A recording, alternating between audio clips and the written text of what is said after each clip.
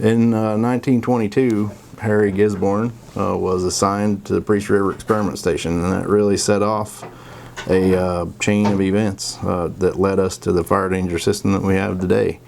One of the things that he did right away is to identify the need for a common language, a tool that we can use to communicate fire weather conditions, not just between firefighters and fire managers, but also between other levels of decision making, so people equivalent to today's line officers. And the idea is that we take some information about weather and combine it together into an index of fire potential that can be used to describe how today is different from yesterday, or how today is different from last week or last year at the same time.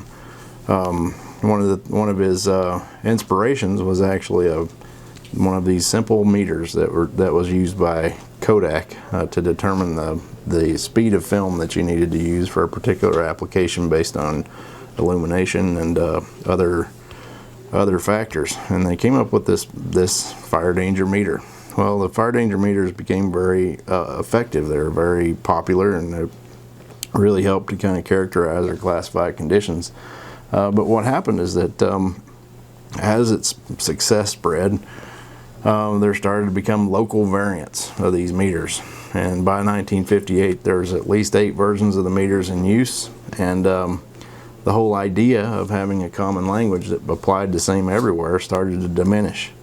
So they asked one simple question: can a uniform fire danger rating system be developed, put into practice throughout the United States?